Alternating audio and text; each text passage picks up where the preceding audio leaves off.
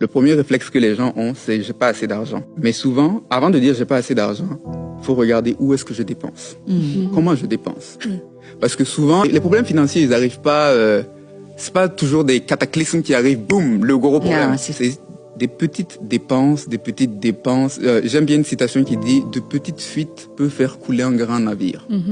Et souvent, c'est « Ok, un morceau de linge par-ci, un resto par-là ». Et finalement, ça s'accumule et puis ça devient un problème. Donc, la première chose que je dirais, on va faire un suivi de tes dépenses. Au cours des 3 prochains mois, on va prendre en note tes dépenses pour voir où tu dépenses, combien tu dépenses, donc combien tu dépenses en vêtements, combien tu dépenses en resto, combien tu dépenses en ceci. Déjà là, on va voir est-ce que tu as des fuites.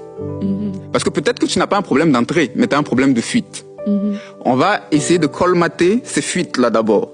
Ensuite, il peut arriver qu'on ait colmaté les fuites, mais qu'on a un problème de revenus.